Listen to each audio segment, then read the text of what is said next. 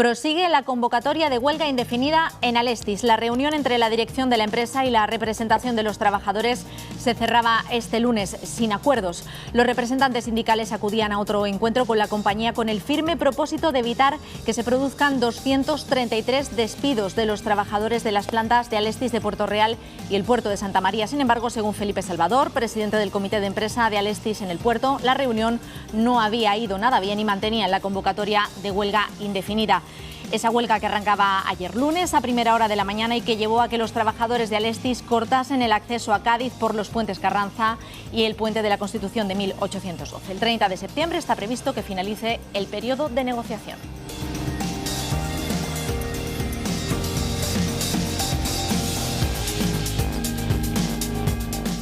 ¿Qué tal? Muy buenos días, señoras, señores. Bienvenidos y bienvenidas un día más a Ángulo Abierto. Estas imágenes que han visto son de primera hora de esta mañana, grabada por nuestros compañeros de la Radio Televisión Municipal, nuestros cámaras. Estaremos muy pendientes del avance de esta situación de conflicto laboral en Alestis. Les daremos más información, si es preciso, a lo largo de este programa y también en sucesivos espacios, como por ejemplo El Mirador y, por supuesto, en nuestros servicios informativos de las 2:30 de la tarde y de las 8:30 de la tarde. Nosotros vamos a comenzar Ángulo Abierto y vamos a hablar de dos asuntos. El primero de ellos, como no puede ser de otra manera, el tema que junto con este conflicto laboral centra la actualidad informativa, que es el coronavirus, el COVID-19. Tengo el placer de contar con la presencia en este plató del presidente del Colegio de Farmacéuticos, Ernesto Cervilla. Muy buenos días. Hola, muy buenos días. Bienvenido, Ernesto, encantada de tenerte en el plató de Ángulo Abierto. Muchísimas gracias a vosotros por invitarnos. Sabes que estamos siempre dispuestos a colaborar con vosotros. Por supuesto que sí, nosotros encantados de tenerte. También vamos a contar esta vez por teléfono, y me dicen que lo tenemos, con Guillén del Barrio. Él es enfermero de urgencias de uno de los hospitales más importantes de Madrid, La Paz. Muy buenos días, Guillén, bienvenido. Hola, buenos días, muchas gracias. Buenos días, encantada de tenerte con nosotros vía telefónica, no puede ser de otra manera por la distancia. Vamos a hablar pues de la situación que nos encontramos tanto en la capital, en Madrid, como en nuestra provincia. Si te parece, Ernesto, voy a pedirle a Guillén que me haga una radiografía de la situación de esta crisis sanitaria en la que estamos inmersos en la capital de España, en Madrid. ¿Cómo están los hospitales allí, Guillén? Pues la verdad, complicándose la situación. Si la primera oleada fue, digamos, una inundación súbita de que llegaron muchos pacientes en poco tiempo, ahora en Madrid llevamos casi 2 meses ya que van aumentando el número de contagios y el número de ingresados, entonces va subiendo el nivel, digamos. Ya tenemos problemas en las unidades de cuidados intensivos, se nos han acabado las camas, ahora mismo están al 116% de su capacidad, por extraño que parezca. Entonces están teniendo que cancelar cirugías de los pacientes para liberar espacio en el hospital para pacientes con coronavirus. Madrid debería de ser un espejo en el que reflejarnos el resto de comunidades autónomas, el resto de provincias, pero ¿podemos decir que no está siendo un buen ejemplo, Guillén? Yo creo que Madrid es un ejemplo de qué es lo que pasa cuando pones otras prioridades por encima de la salud de la gente. El gobierno de la comunidad ha dicho varias veces, no lo ocultan, que es que aquí hay una economía que mantener sana y esto se está notando. Eso tiene unas consecuencias que son las que estamos viendo. Pues ahora ya para cuando quieren tomar medidas, pues los hospitales se están llenando, las medidas tardan al menos un par de semanas en tener efecto, encima son insuficientes. ¿Qué significa esto? Que por lo menos hasta dentro de 2-3 semanas esto no puede mejorar, es imposible que mejore.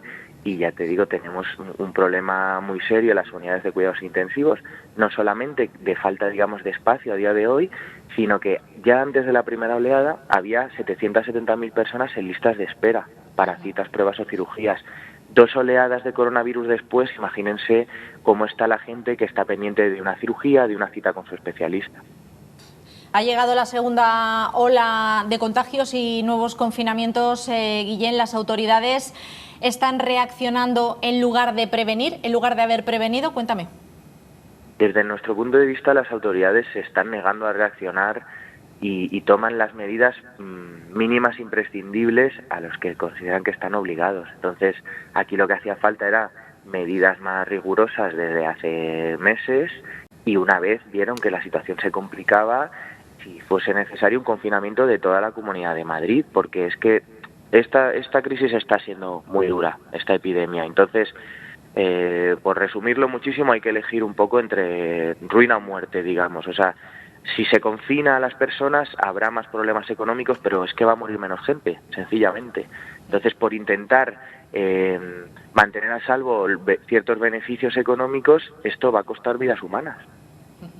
Bueno, desde diferentes sectores, Guillén, se apunta a que las fragilidades que han hecho de España uno de los países más afectados en el mundo por esta pandemia han sido, pues, por un lado, los recortes en sanidad y, por otro lado, contar con una población muy envejecida. Pero ahora, ¿por qué seguimos igual después de haber tenido la experiencia de esta crisis sanitaria tan fuerte?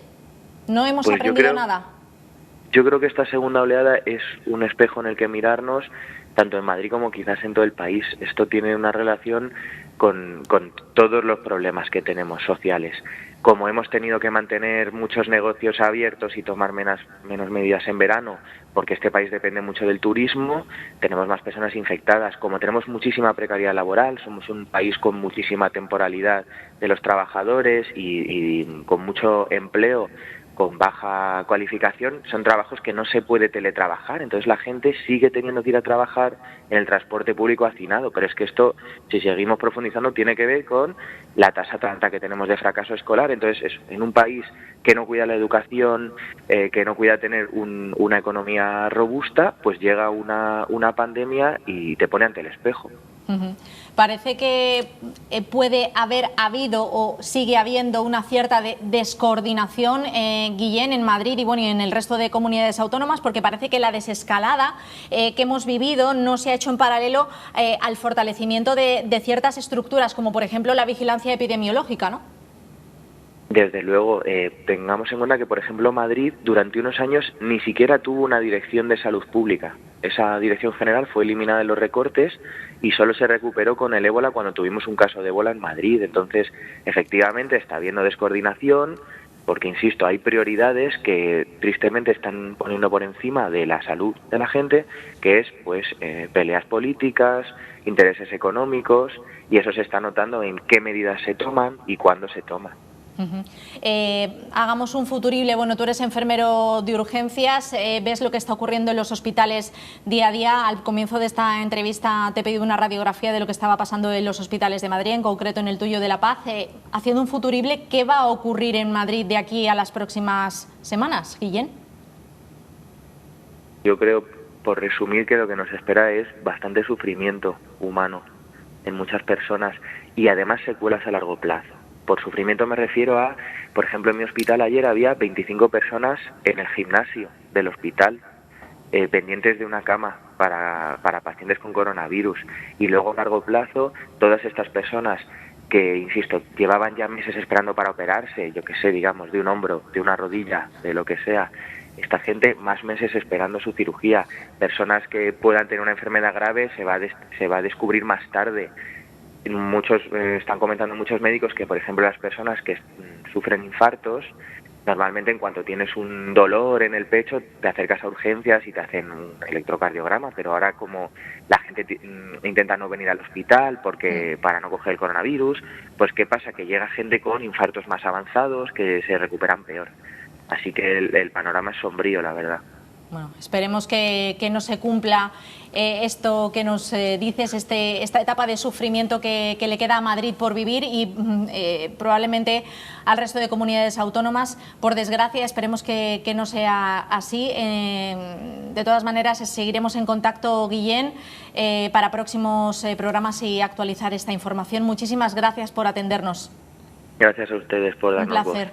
Gracias, Guillén. Un abrazo. Buen día. Buen día.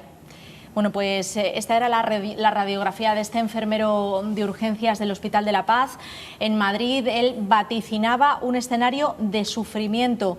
Ernesto, ¿tú cómo encajas esto que nos ha contado Guillén del Barrio? Mira, suscribo palabra por palabra lo que ha dicho, ¿no? Ha hecho una valoración de la situación actual totalmente realista, ¿no? Tenemos un problema sanitario muy grave. que está relacionado con un problema económico muy grave. Ha estado diciendo también que no solamente es el problema del coronavirus, es que vamos a tener muchos más problemas de patologías que no están siendo atendidas como debían ser, ¿no? Y además tenemos otro problema añadido, que es la atención primaria, no solamente en los hospitales. Tenemos saturada la atención primaria ahora mismo, ¿no? Todavía no han empezado las patologías respiratorias propias de la época. Todavía no ha empezado la campaña de vacunación, que por lo menos en Andalucía se considera o se va a intentar que se vacunen 2 millones de personas. ¿Dónde se van a vacunar? Con la atención primaria totalmente colapsada, ¿no?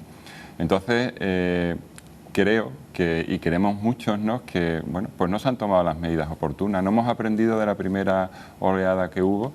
Se confió mucho que con el tema del verano y bueno, que era un virus, que era un coronavirus, que con las altas temperaturas pues desaparecería o que se iba de vacaciones. Y en concreto en nuestra provincia ha sido al revés. Estamos ahora mucho peor que en el peor momento de la pandemia. ¿Por qué? Bueno, pues ha habido muchos desplazamientos. No hay que culpar a los desplazamientos de que traigan el coronavirus, pero sí es cierto que la actividad nocturna que se puede tener en las zonas turísticas, pues se ha incrementado, bueno, todo lo que es la infección, ¿no? Con lo cual no hay que ser catastrofista, lo que hay que poner son medios. Vamos tarde, porque realmente vamos tarde. Tenemos otro problema también a nivel global, ¿no? Las 17 comunidades autónomas que tenemos, cada uno haciendo una cosa diferente y siendo limítrofes unas con otras, ¿no? Porque Madrid luego es limítrofe con un montón de comunidades autónomas. En Andalucía pues nos pasa igual, ¿no? Entonces nos faltan, bueno, pues unas instrucciones totalmente centradas, yo creo que unificadas para todo el país, ¿no? Y en esa situación estamos. Yo suscribo totalmente, ya te digo, lo que ha dicho el compañero desde Madrid, porque quizás sea una realidad de lo que se está pasando y de lo que está por venir.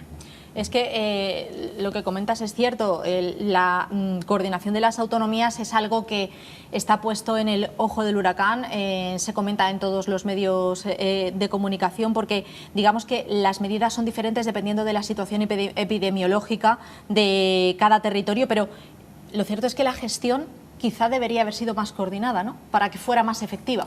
Tenía que haber sido mucho más coordinada, ¿no? Se tenían que haber contado puntos de encuentro, independientemente de problemas ideológicos y de políticas, que no vamos a entrar en eso, pero sí es cierto que a lo mejor en este sentido no se ha puesto la salud por encima de todos estos, bueno, pues quizás no encuentros que pueden tener los políticos, ¿no? Pero bueno, dado que la circunstancia de España es la que es, porque además yo creo que esto es ya algo endémico de España. Tenemos 17 comunidades autónomas, tenemos dentro de la salud pues a lo mejor diferentes profesionales y ven las cosas de diferentes formas.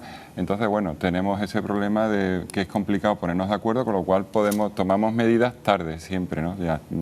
Tenemos muy buena intención, mucha intención de trabajar, de salvar estas circunstancias, pero tarde. Y eso es lo que nos encontramos ahora mismo, ¿no? Y en concreto aquí en Andalucía y sobre todo en la provincia de Cádiz, en lo que respecta un poquito más a la farmacia, nos encontramos con un problemón en la atención primaria, colapso total, o sea, saturación y prácticamente patologías sin diagnosticar, tratamientos de crónicos que no se renuevan, y es un tema que tenemos que solucionar ya, o sea, porque las enfermedades no esperan, o sea, el que es diabético sigue siendo diabético, el que es hipertenso sigue siendo hipertenso, entonces esto es un tema que hay que solucionar.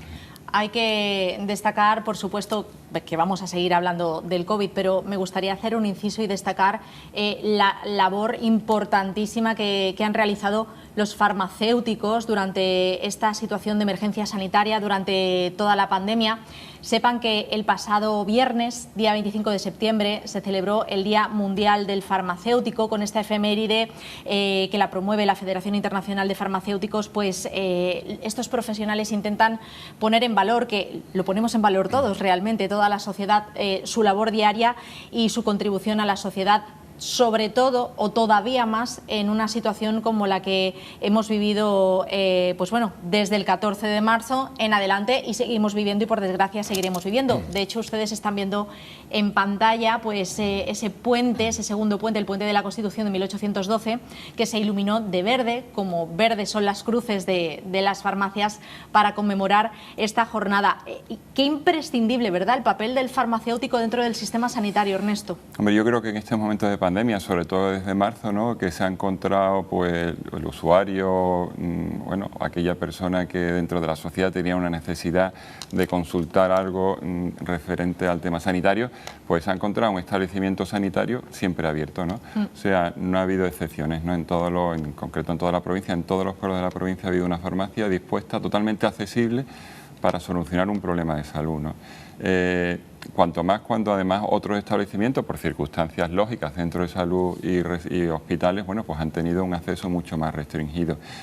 Pero bueno, la labor de farmacéuticos se ha visto reflejada, hemos estado pues a nivel muchas veces de barriadas y esto la gente muy agradecido con todo lo que se ha hecho, ¿no? Porque nos hemos ido adaptando a lo que necesitaban nuestros pacientes, hemos llevado la medicación a su casa a aquellas personas que estaban impedidas, hemos estado colaborando con farmacias de hospital llevando medicación hospitalaria, ¿no?, a los pacientes para que no se tuvieran que desplazar a los hospitales. Se ha estado trabajando con la administración el control de una serie de medicamentos que eran susceptibles de estar en desabastecimiento en estos momentos complicados.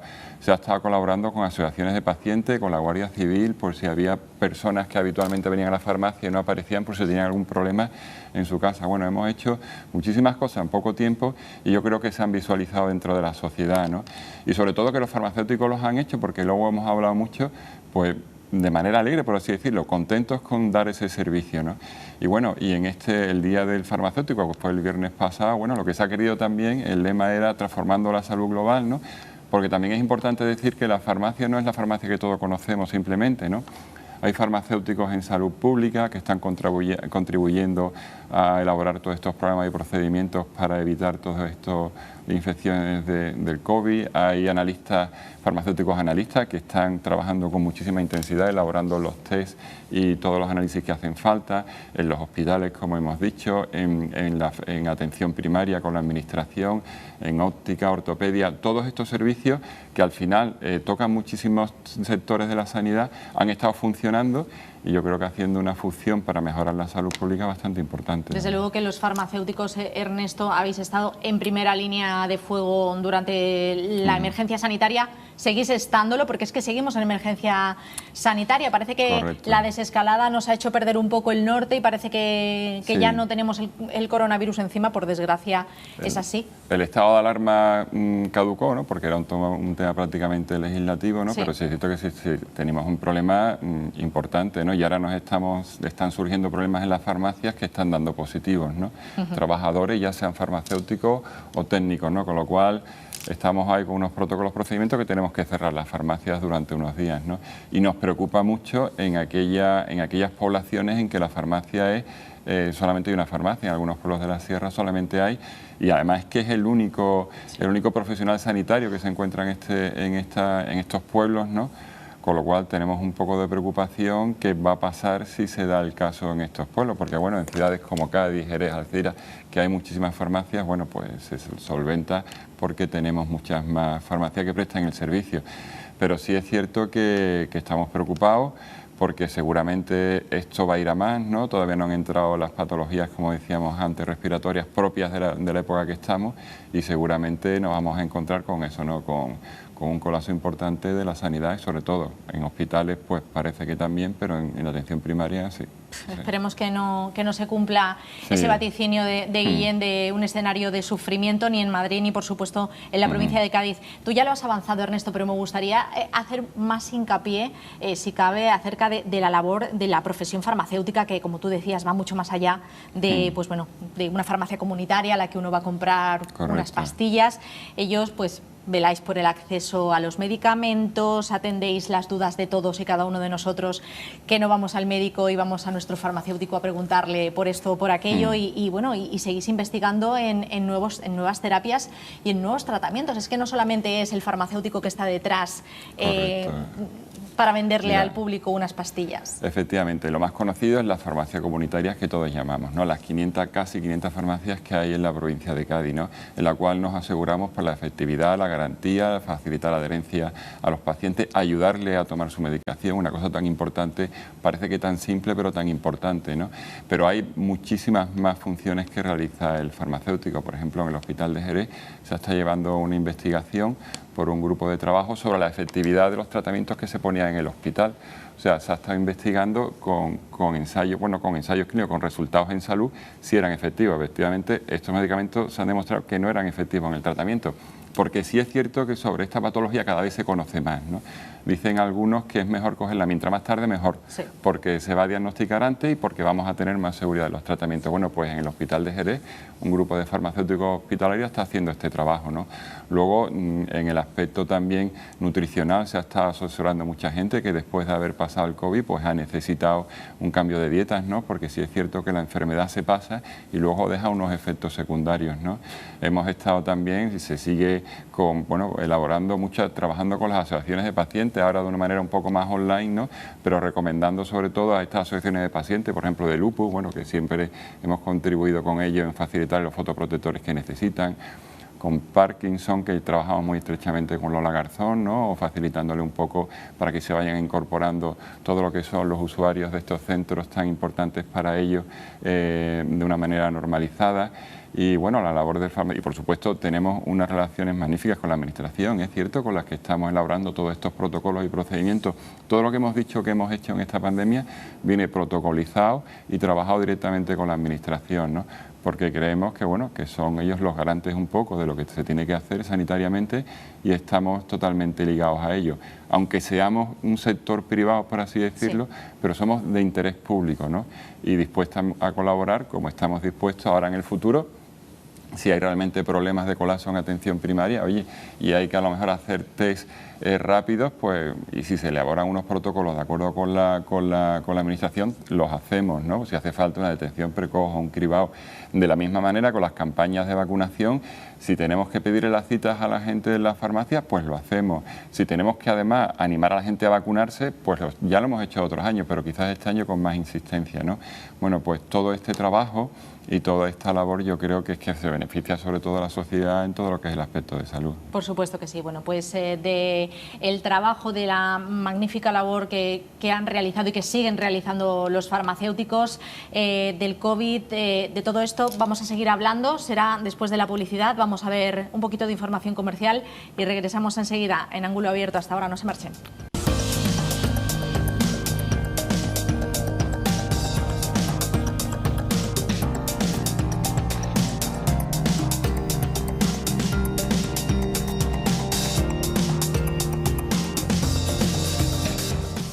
Continuamos en Ángulo Abierto, hoy hablando de los rebrotes, de la pandemia de la COVID-19, de cómo afecta al sector sanitario y si, bueno, preguntamos si se han tomado las medidas necesarias desde la situación de confinamiento del pasado mes de marzo.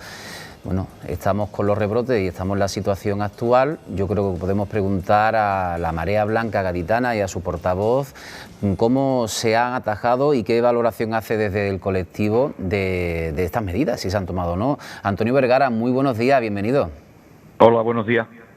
Antonio, la situación, hablábamos de la atención primaria como parte básica, fundamental para evitar el colapso en las urgencias, en las UCI, en los hospitales, y se hablaba en el mes de marzo, abril, mayo de dotar esa atención primaria de recursos suficientes para afrontar la segunda oleada que se hablaba entonces llegaría en el mes de octubre, noviembre, se ha adelantado para finales de agosto. ¿Cómo valoras las medidas o este tiempo que ha pasado desde el confinamiento en la pasada primavera al momento actual? Bueno, pues efectivamente, igual que el comienzo de la pandemia, sin duda fue en su dimensión algo imprevisto. Este rebrote no es algo imprevisto, es absolutamente previsible que hubiera esta historia después de la apertura de la movilidad de los ciudadanos, ¿no? Por lo tanto, daba tiempo para organizarla adecuadamente. Como bien comentas, la atención primaria es fundamental no en la pandemia, sino es fundamental para el sistema sanitario público porque descongestiona los otros niveles de atención, sobre todo urgencias de hospital. Entonces, la decisión que se ha tomado no solo en Andalucía, sino en el resto de España, es que la pandemia la asuma atención primaria, pero sin reforzar las plantillas suficientemente para este menester, ¿no? Ya previamente a la pandemia la atención primaria estaba colapsada, estaba sobrecargada, y la situación actual es extraordinariamente preocupante. Los profesionales están agotados, están estresados y están anunciando que no pueden más, ¿no? Por lo tanto, sí. No, sí, termina, por favor, termina. Sí, bueno, pues eso. Pues entonces lo que nosotros hemos venido diciendo durante todo el tiempo es que la atención primaria existe para atender a los pacientes con síntomas, pero que había que contratar trabajadores o profesionales específicos para atender la pandemia y, sobre todo, rastreadores para la prevención de nuevos casos.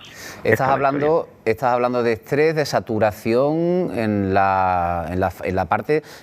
aspecto más preventivo, ¿no? De intentar evitar ese colapso en los centros médicos, en los hospitales, pero bueno, la situación en los profesionales es, como la define, ¿cómo se puede trasladar esa situación del profesional al paciente? ¿Cómo le afecta? Bueno, vamos a ver, la situación en los centros de salud es de colapso, ¿no? Hay colas en todas las puertas de los centros de salud, puesto que cualquier ciudadano que quiere cualquier contacto con su médico, con su enfermero o con el centro de salud, pues tiene que hacer colas y normalmente lo que se le propone es una llamada telefónica al cabo de varios días. Es decir, la atención, la calidad de la atención primaria está absolutamente llega a ser en niveles insoportables, ¿no? Entonces, eso hace que los ciudadanos estén nerviosos, estén intranquilos y haya conflictos en las relaciones. Pero le queremos trasladar a los ciudadanos que los profesionales son víctimas de esta situación, no son responsables de esta situación, y que tengan ese concepto a la hora de acercarse al sistema. Los que están delante de los pacientes son víctimas y no responsables de este caos organizativo, ¿no?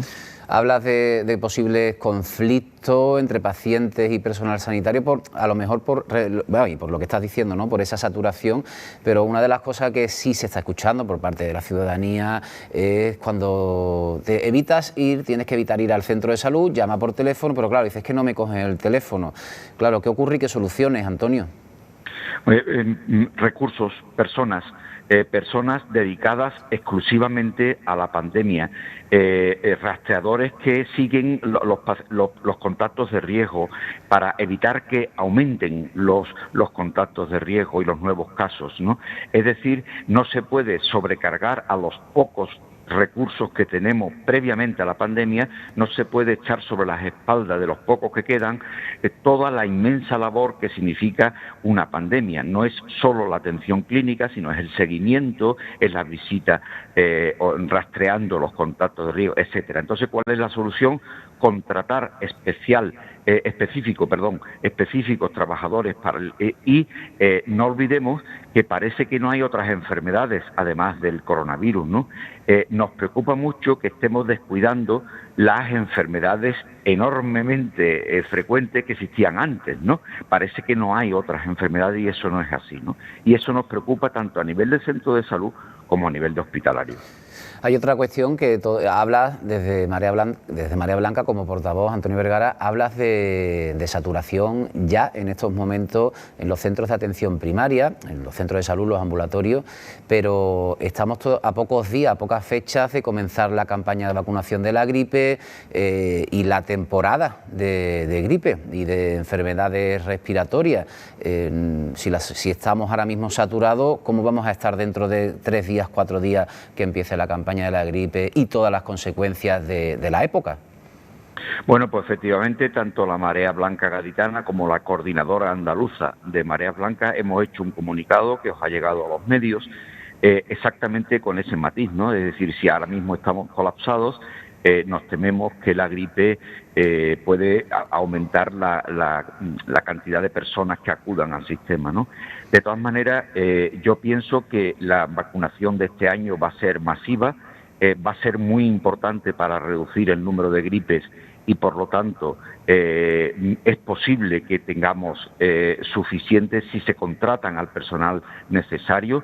Y otra cosa que quiero transmitir a la población es que se lanza frecuentemente por los responsables sanitarios que aquellos que criticamos la situación porque nos parece muy preocupante, estamos perjudicando a la sanidad pública. En modo alguno puedo aceptar eso, ¿no? Nosotros somos conscientes del colapso y lo que advertimos es que no se puede seguir así, pero esto tiene arreglo, esto vamos a terminar controlándolo, pero incorporando los recursos humanos necesarios para hacer bien las cosas. No podemos sobrecargar a los ya existentes. Por lo tanto, transmitir a la población que tenemos un sistema público extraordinario y que lo único que hay que hacer es organizarlo adecuadamente con los recursos que sean necesarios en cada momento, ¿no? Esta es la historia. En situaciones excepcionales como la que nos encontramos, también es útil la colaboración de farmacias. A la hora, estamos hablando también de colaborar en la campaña de vacunación o incluso a acercarse a los centros de trabajo, centros específicos para evitar la aglomeración en los ambulatorios, en los centros de salud. Pues estoy absolutamente de acuerdo. El movimiento que parte de los farmacéuticos me parece muy interesante porque las farmacias son muy cercanas a la población y son recursos sanitarios que están en la comunidad y por lo tanto aprovechar unos recursos para mejorar la situación nos parece, ese es un poco el modo de aliviar las situaciones excepcionales, ¿no? Incorporando profesionales multidisciplinarios, por ejemplo, los rastreadores no tienen por qué ser sanitarios obligadamente, etcétera, ¿no? Es decir, es poner recursos al servicio de la calidad asistencial tanto de la pandemia como de todas las enfermedades que existen, ¿no? Una pregunta breve, Antonio. ¿Crees que llegarán los recursos y los refuerzos? Bueno, yo creo que ojalá, porque lo que transmitimos continuamente es que con la situación actual y la llegada de sobrecarga, los profesionales pueden sufrir una sobrecarga inviable, ¿no? Y por lo tanto el llamamiento nuestro es que se hagan las contrataciones necesarias y ojalá entiendan que esto no es una disputa ni una pelea, sino es una necesidad de servicios, ¿no? Quiero ser optimista, aunque las experiencias previas no me apoyen, ¿no? Y por lo tanto, ojalá entiendan que esto no es una pelea entre organizaciones ni entre sindicatos y administración, sino esto es un problema de que los ciudadanos necesitan una atención adecuada porque el sistema sanitario público es extraordinario, ¿no? Pues muchas gracias, Antonio Vergara, por entrar en Ángulo Abierto y como portavoz de la Marea Blanca Gaditana apostillar y poner vuestras reivindicaciones sobre la mesa. Gracias por estar esta mañana con nosotros. Gracias a vosotros. Pues nada, compañera, continúo. Vengo en un ratito para seguir aportando otras cuestiones, ¿vale? Estupendo, muchas gracias, Nata. Y bueno, Ernesto, nos vamos a quedar valorando un poco las palabras que hemos escuchado de la entrevista que le ha hecho mi compañero Natanael a Antonio. Hablaba de situación de colapso, hablaba de que el rebrote estaba previsto. Es una afirmación muy fuerte, pero ¿real? Es real, para el colegio de ¿no? farmacéuticos. Vamos, de manera, tampoco hay que ser un especialista en temas de epidemias, ¿no? Para saber que es que, y lo comentábamos antes del verano, había como una sensación de que, bueno, en verano el virus se va de vacaciones y si se va de vacaciones a lo mejor no vuelve, ¿no? Sí. No, el virus se quedó aquí, estaba, la infección y la pandemia estaba.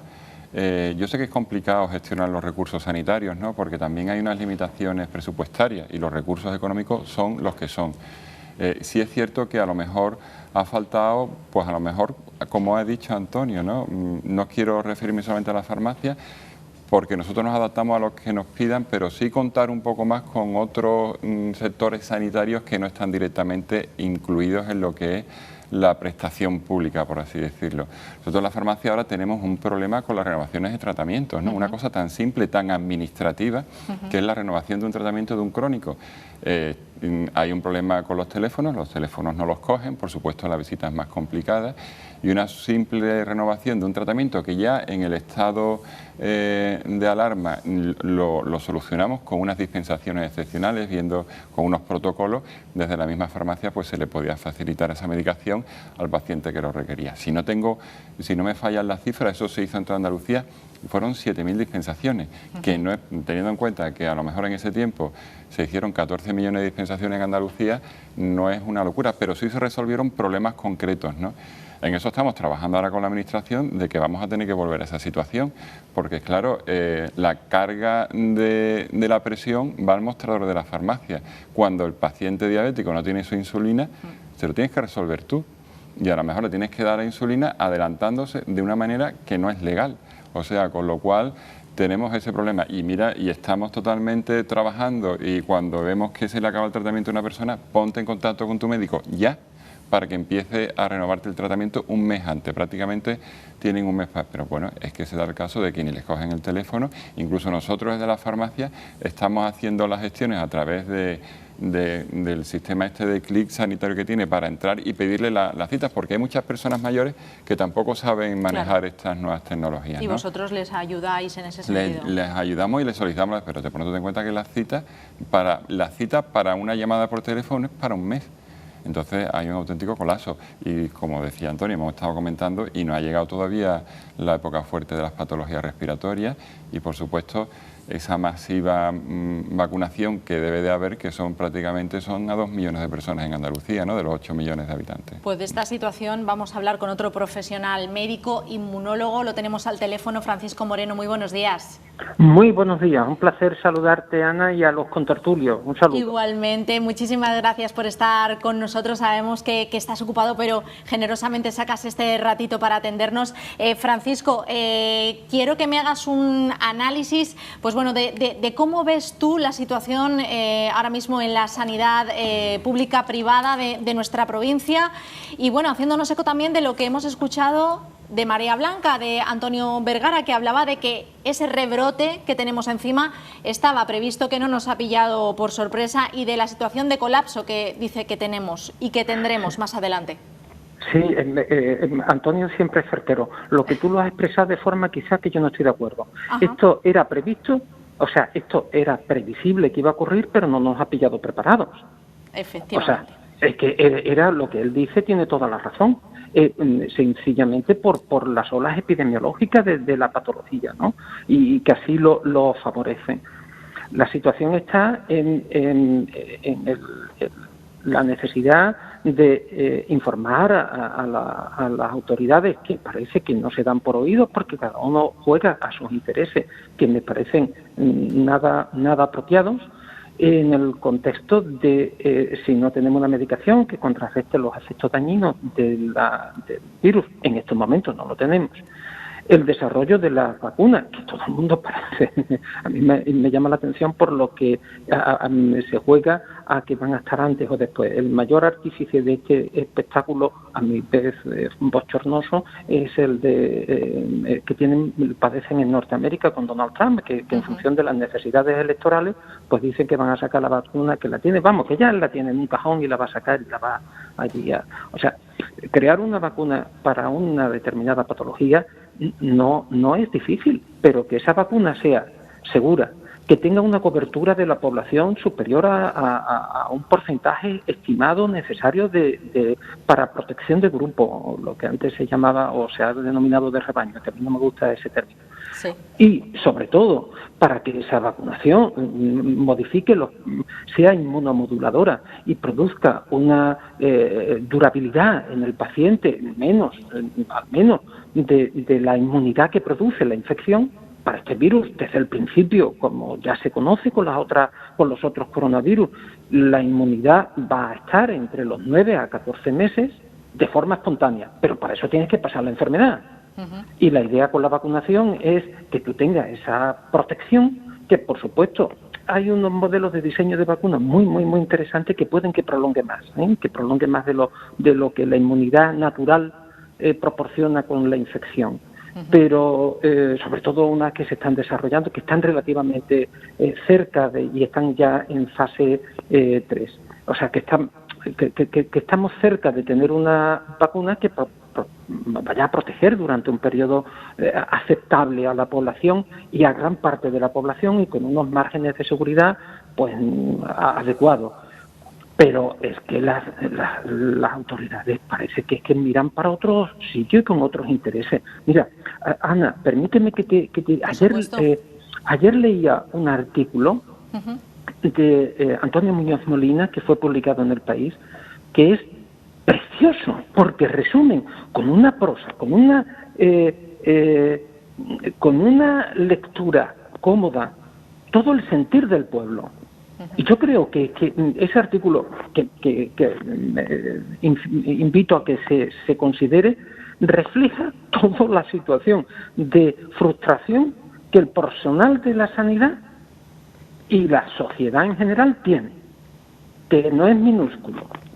Después, la fórmula para resolver este problema podemos discutirla, y además probablemente no haya una sola vía de resolución, sino que se tengan que aplicar modelos mixtos o diferentes, ¿no? Pero que realmente es indignante que no se tomen las medidas cuando se tienen que tomar, ¿no? Por parte de las supuestas autoridades, con comités de expertos inexistentes, o que cuando existen no se le oye o hasta se le espantan, como ha pasado en Madrid, ¿no? Yo me indigno realmente, sí. Bueno, hablábamos al comienzo de este programa, Francisco, con Guillén del Barrio, enfermero de uno de los hospitales más importantes de Madrid, de La Paz. Madrid, una ciudad que donde se ha vuelto a aplicar pues esas medidas de confinamiento selectivo, unos barrios sí, unos barrios no. Los ciudadanos, la verdad es que muchas veces no entienden por qué a unos vecinos sí se les aplica una medida, a otros no. ¿Falta una labor pedagógica para con los ciudadanos? Mira, falta una labor pedagógica con respecto a la sociedad en general, porque tenemos las siguientes características. Primero, el pueblo desconfía de sus dirigentes. No confían. Aquí nosotros en España hemos tenido en los primeros meses de la epidemia aproximadamente 10 millones de expertos opinando, que era toda la población, opinaba y contaba cosas. No ha habido una autoridad donde cuando alguien decía un disparate pues se le llamase al orden. Y no ha habido tampoco una voluntad política de crear un comité de expertos reales que asesoren. Yo me acuerdo cuando fue publicado en El Mundo, que me quedé perplejo, estaba yo sentado y estaba leyéndolo, al lado estaba mi mujer, y ella al final me dice: Paco, esto es una de tus bromas, esto no puede ser. Y en el comité de expertos no de la desescalada, no ese fantasma, no. En el comité de expertos científicos aparecían los 15 miembros que constituyeron el comité de asesoramiento al gobierno. Empecé a leer nombre y apellido y cualificación. Empecé a leer, estaba dirigido por una chica experta en cardiología que trabaja en el Carlos III, que después se hizo cargo del estudio de las muestras para ver la prevalencia de la enfermedad mediante sueros.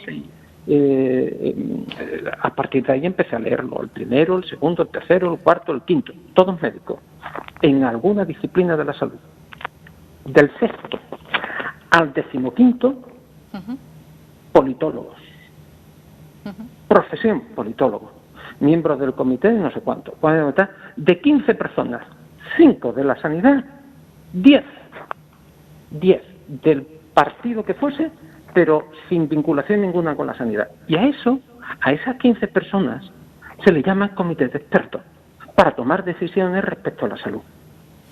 No estuviese dos compañeros, ya no que estuviese mi compañero Antonio Vergara allí con que una persona súper cualificada, con 4 más, con mi compañero de farmacia, que son los que se tienen que, no, de salud pública o de epidemiología o microbiólogo, inmunólogo, internista, no, 15, 5 médicos, 10 políticos.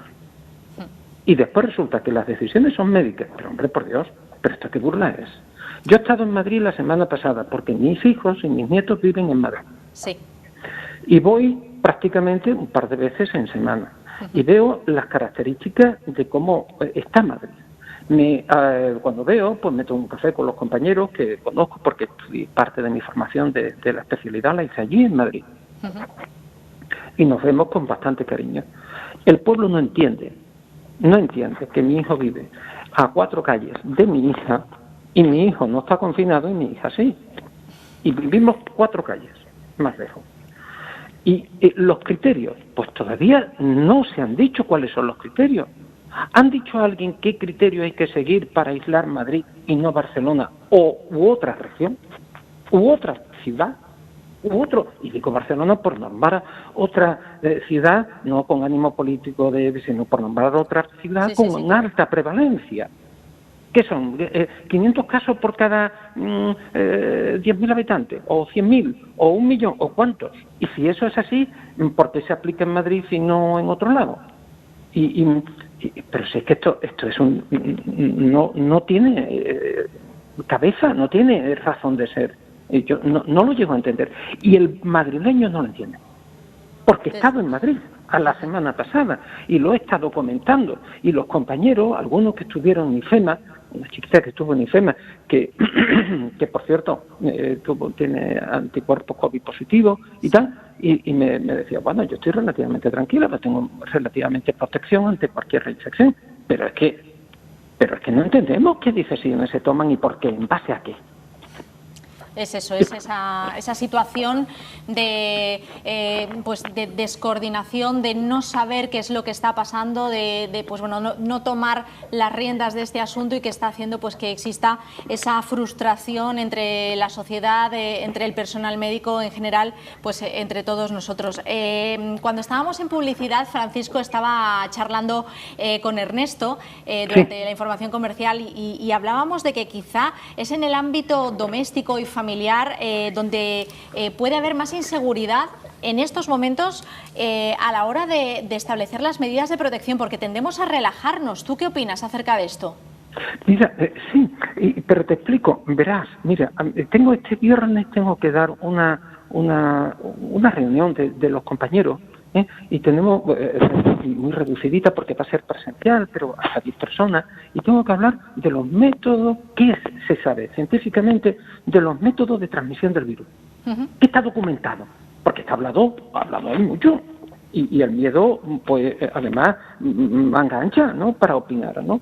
Pero ¿qué hay de base científica? Vamos a ver. En principio, esta es una enfermedad que se transmite persona a persona, fundamentalmente. Métodos de transmisión, si tenemos que decir, uno, persona a persona. Es muy minoritario la infección por los fómites o fomites. Eso es minoritario, no se considera el principal método de transmisión y no es el principal peligro. Y es altamente improbable, salvo condiciones muy, muy concretas, que se elimine por micropartículas en suspensión en el aire. Eso es ni siquiera se le considera desde el punto de vista epidemiológico, porque incidir sobre esa medida no resuelve nada. Pero incidir en la familia y repetirla hasta la saciedad, que no sale lo suficientemente bien en los medios de comunicación. Oye, mira, si tienes una persona mayor en casa, no te acerques, no hace falta que no le dé un besito, ponte a 2 metros de distancia, salúdalo, habla con él, pero no te acerques, porque salvo que tengas que tratarlo y tengas que asearlo o cuidarlo, procura no acercarte a las personas que son vulnerables. Exacto. Primera medida que dijo la OMS. Cuidado con del 31 de enero, que yo me lo leí. Segundo, los críos, ten cuidado, los críos juegan por cualquier sitio y vienen del colegio, pues tenemos que lavarle las manos, tenemos que lavarle la cara, tenemos que asearlo mínimamente porque se pasan los bolígrafos, se pasan las cosas y pueden estar contagiados. No se acerquen a la población vulnerable y tenemos que ser recatados en ese sentido. Y dicho esto, elogiando al pueblo de la disciplina y la negación que ha tenido, ejemplar cuando el confinamiento, desde mi punto de vista. Totalmente. Y ahora se está culpabilizando a la víctima, y eso no es justo. Eso es una canallada para la sociedad. ¿Por qué? Porque tomando esas medidas de distanciamiento suelen ser suficientes como para que en el ámbito doméstico, es más, en el ámbito social, diría yo, porque a veces pues vienen los amigos a casa y no deja de ser un acto social.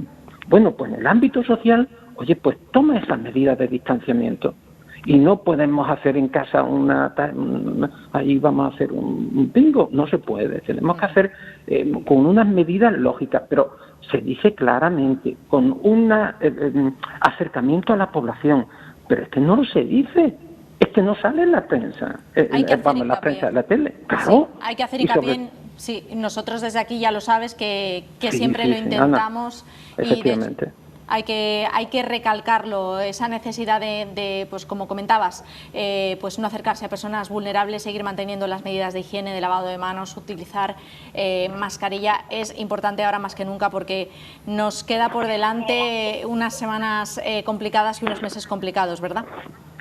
Es totalmente cierto, Ana, y además agradecer programas como el tuyo de divulgación que incidan en los conceptos, los mensajes principales que deben de quedar claros en la población, porque es que si no esto se nos escapa de las manos y verdaderamente repercute en todo. Ya nos ha destruido la economía, pero nos está destruyendo las unidades familiares, nos está destruyendo todo.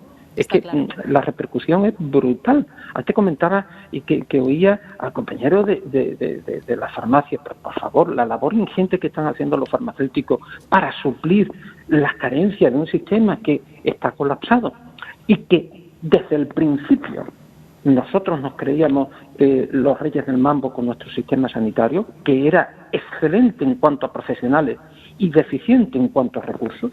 De eso es histórico. Y eso es una demanda histórica. Bueno, pues nadie se ha preocupado de unir oye, venga, vamos a unirnos los farmacéuticos, los centros de atención primaria, los servicios de urgencia. Oye, que hay que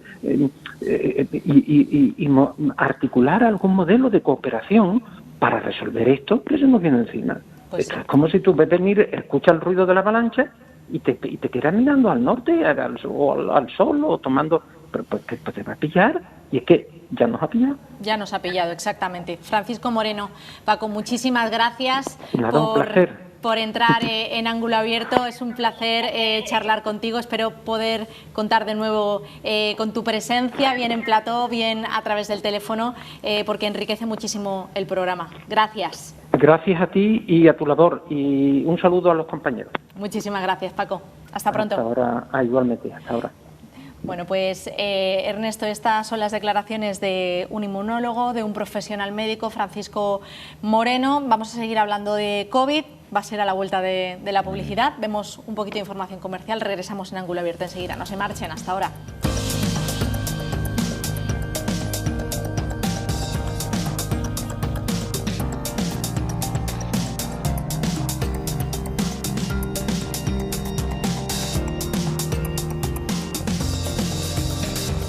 Seguimos en Ángulo Abierto, estamos en directo, 10:32 de la mañana. Recogemos esa llamada que acabamos de finalizar con el inmunólogo Francisco Moreno. Ernesto hablaba de comunicación interdisciplinar, una reclamación histórica vuestra, ¿no? Sí, bueno, tenemos un problema ahora que se acucia mucho más con estas circunstancias, pero ya que viene de hace mucho tiempo, ¿no? Es esa falta de comunicación que tenemos entre los distintos niveles asistenciales, farmacia, médico, enfermería, luego con la labor asistencial que hacen en los hospitales, farmacéuticos de hospital, farmacéuticos de atención primaria. ¿Por qué? ¿No? Porque ahora mismo, y desde hace muchos años, no tenemos esa comunicación directa. Estamos en la época de las telecomunicaciones y en el aspecto sanitario, por ejemplo, para que una farmacia contacte con un médico es imposible. Con que una farmacia que tiene una duda con el hospital a un paciente al alta que ha salido el viernes por la tarde y hay una duda en sus tratamientos, no hay posibilidad de comunicarse, ¿no? Dudas a lo mejor sobrevisados con farmacéuticos de atención primaria, igual, ¿no? Esto es una reclamación que le venimos diciendo hace mucho tiempo en la Administración, ¿no? Se creó la receta electrónica hace ya 17 años en Andalucía, fue la primera del mundo junto, que me parece, con Dinamarca, y no ha avanzado, ¿no? en esas maneras de poder comunicarnos, ¿no? Y entonces, bueno, y esto es una de las consecuencias que tenemos ahora. No nos podemos comunicar, colapso en las renovaciones de tratamiento. Por supuesto, si tú tienes una duda, pues la verdad es que es un problema, ¿no? Y luego habría que agilizar ya, como una pequeña reivindicación de los farmacéuticos, estas limitaciones que muchas veces nos ponen ante una sustitución simple de una forma farmacéutica, ¿no? O sea que si una persona no soporta tomarse un comprimido y le han prescrito un comprimido, es que tiene que volver al centro de salud para que se lo ponga en cápsulas, cosa que es absurda. Una talla de un pañal de un anciano, que generalmente son personas que están encamadas y que van perdiendo peso, y esas tallas Oye, es que tiene que ir al centro de salud y luego le tienen que avisar en atención primaria. Bueno, son cosas que venimos reivindicando, no son lógicas, no son absolutamente lógicas, pero sobre todo esa falta de comunicación que tenemos entre todos los sanitarios, porque al final lo que hacemos es tirar de teléfono particular, porque tú tienes confianza con varios médicos del centro de salud y te resuelven el problema, pero eso no es el sistema que se tiene que emplear. Por supuesto, vosotros ayudáis en la medida que podéis, que es mucho, desde luego que sí. Bueno, nosotros estamos muy pendientes del Consejo de Gobierno de la Junta de Andalucía, que va a aprobar en el día de hoy medidas para frenar los contagios por COVID-19. No sé si, Ernesto, puedo pedirte, pues bueno, qué opines acerca de esto. Según tú, como presidente del Colegio de Farmacéuticos, ¿qué medidas son las que se deberían de tomar en este momento? Bueno, ha habido un comité de expertos ayer, entiendo, y a partir de esas conclusiones que hayan sacado, imagino que el Consejo de Gobierno tomará las decisiones oportunas, ¿no? Sí. Hombre, yo en lo que no toca al tema farmacia, lo he estado diciendo, bueno, en todo el tiempo que hemos hablado, nos ofrecemos a colaborar ampliamente para poder solventar todos los problemas que tengan, ya sea de saturación en centros de salud, promover vacunación, incluso la dispensación nacional de renovación de tratamientos. Estamos a su disposición para lo que necesiten, ¿no? ¿Qué medidas deberían de tomar? Bueno, pues tendrían que hacer una valoración muy seria, porque sí es cierto que el confinamiento general de Andalucía no puede ocurrir porque sería un trastorno económico gravísimo, ¿no? Tener claros, ¿no?, los criterios a la hora de confinar zonas, ¿no? O sea, que lo que sirva para un pueblo sirva para una ciudad, ¿no? O sea, qué es lo que está pasando, a lo mejor estaban comentando ante los compañeros, que lo que está pasando en Madrid a lo mejor es menos grave de lo que pasa en Navarra, ¿no? Que tiene un índice muchísimo más alto, ¿no?, de contagios por cada 10.000 habitantes, ¿no? Entonces, normas claras, sencillas y sobre todo que estén dispuestos a contar con todos los profesionales sanitarios, ¿no?, que yo creo que ahora mismo es un momento grave y estamos dispuestos a ello. Por supuesto que sí. Hablaba también el inmunólogo Francisco Moreno, o avanzaba el tema de la vacuna. ¿En qué punto estamos de la vacuna en nuestro país? Porque, bueno, Estados Unidos es caso aparte, como decía Paco, a veces la tienen, a veces no, la tienen en un cajón. ¿Qué pasa en España? Bueno, pues en España ahora mismo lo que sí es cierto es que hay varias líneas de investigación, varias vacunas, unas están en ensayos clínicos, otras no. Está la famosa de AstraZeneca, que bueno, que va teniendo sus pequeñas incidencias normales, ¿no?, en el desarrollo de todo lo que es el ensayo clínico de una vacuna. Yo no lo sé, porque a mí hablo con algunas personas y me dice que hasta dentro de un año no va a haber vacuna. Luego el otro día hablando con una persona en Madrid que está en la Agencia Española del Medicamento, me dice, no, para diciembre hay vacuna. No lo sé, si también, claro, cuántas vacunas va a haber, cuántas dosis, quién van a ser las preferencias a la hora de vacunar, si son de una dosis, 2 o 3 dosis, como se dice. No lo sé, le podemos preguntar a Putin, ¿no?, que ya la tiene funcionando y no sé cómo va, porque no sabemos nada, ¿no? O sea, que no lo sé, la verdad es que hay bastante incertidumbre. Lo que sí es cierto es que yo creo que este periodo en el que vamos a estar con estas restricciones, con estas medidas higiénico-sanitarias, vamos a echarle un añito. Yo creo que van a ser necesarias. Y luego también otra cosa a lo mejor curiosa, yo creo que a lo mejor todo el tema de catarros y gripe, con todas estas medidas higiénico-sanitarias, el uso de mascarilla, puede que sea mucho tenga menos incidencia que otros años, ¿no? Confiemos en eso, ¿no?, en que como todos estamos un poquito más educados sanitariamente en la prevención, que tenga sus efectos en estas enfermedades respiratorias que son comunes en este tiempo, ¿no? Y la vacuna, pues no lo sé. Esto es como el programa de Cuarto Milenio, ¿no? Bueno, pues ya veremos, no lo sé. Cada uno dice una cosa. O sea. La verdad que sí. En cualquier caso tendremos que esperar, no va a ser de hoy para mañana. Correcto. Ni muchísimo menos. Otra curiosidad que quería comentar contigo es que unos investigadores de Houston han advertido que una cepa dominante de la COVID-19 podría adaptarse para sortear barreras como las mascarillas y el lavado de manos. ¿Qué hacemos, Ernesto? Hombre, si pasa esto, no lo sé. O sea, si esto no lo sé, pues sería el aislamiento total, no sé, nos meteríamos como en casa cada uno. Pero bueno, todos estos estudios tienen que ser luego confirmados, ¿no? Porque si entramos en Google hay 18.000 documentos que luego al día siguiente pues son totalmente negados, ¿no? Y hay que esperar un poco en las autoridades sanitarias y que realmente sean los expertos los que den su opinión, ¿no?, sobre todas estas cosas, y seguir las indicaciones de los expertos cuando todas estas investigaciones estén perfectamente confirmadas, ¿no? También había también había, yo no sé, ha habido estudios con hurones que de pronto salían y todo esto se ha desmentido, ¿no? Con lo cual yo creo que las autoridades sanitarias deben de tener criterio de fiarse por los expertos y hacerle caso a eso, dejar un poquito Google al margen, ¿no? Porque si no nos podemos volver locos. Nosotros volvemos locos a los sanitarios y entonces, bueno, pues tener un poquito de tranquilidad también. Bueno, estamos prácticamente terminando la parte de ángulo abierto que le dedicamos al COVID y a estos rebrotes y, por supuesto, a la labor que realizáis los farmacéuticos, una labor encomiable, siempre mucho más ahora, porque se ha hecho más evidente, ¿no? Durante, ya lo hemos comentado, durante la situación de emergencia sanitaria. Sepan que Andalucía, voy a dar algunos datos, es la segunda comunidad autónoma con mayor número de farmacéuticos colegiados. 13.000 de los 75.260 de toda España, solamente por detrás de Madrid. De Madrid. Es una profesión con muchos colegiados. Sí, es correcto, ¿no? El Consejo Andaluz de Colegios Farmacéuticos, que engloba los 8 colegios, bueno, pues sí tiene ese número de colegiados. Hay colegiados, bueno, la mayoría trabajan en farmacia comunitaria, pero también hay una importante parte, como hemos estado comentando antes, que trabajan en salud pública, en farmacia hospitalaria, en nutrición, ortopedia, óptica, o sea, hay una labor bastante importante. Lo que sí es que contamos con un número importante de profesionales muy accesibles, totalmente preparados, ¿no? Y por eso seguimos insistiendo y con toda la seguridad y los ponemos a disposición de lo que son las administraciones y sobre todo desde los que son las instituciones y en concreto yo en el Colegio de Cádiz, pues yo estoy muy orgulloso de la labor que han hecho los farmacéuticos, sobre todo en los tiempos primeros de la pandemia con desconocimiento absoluto y con muy pocas medidas de seguridad.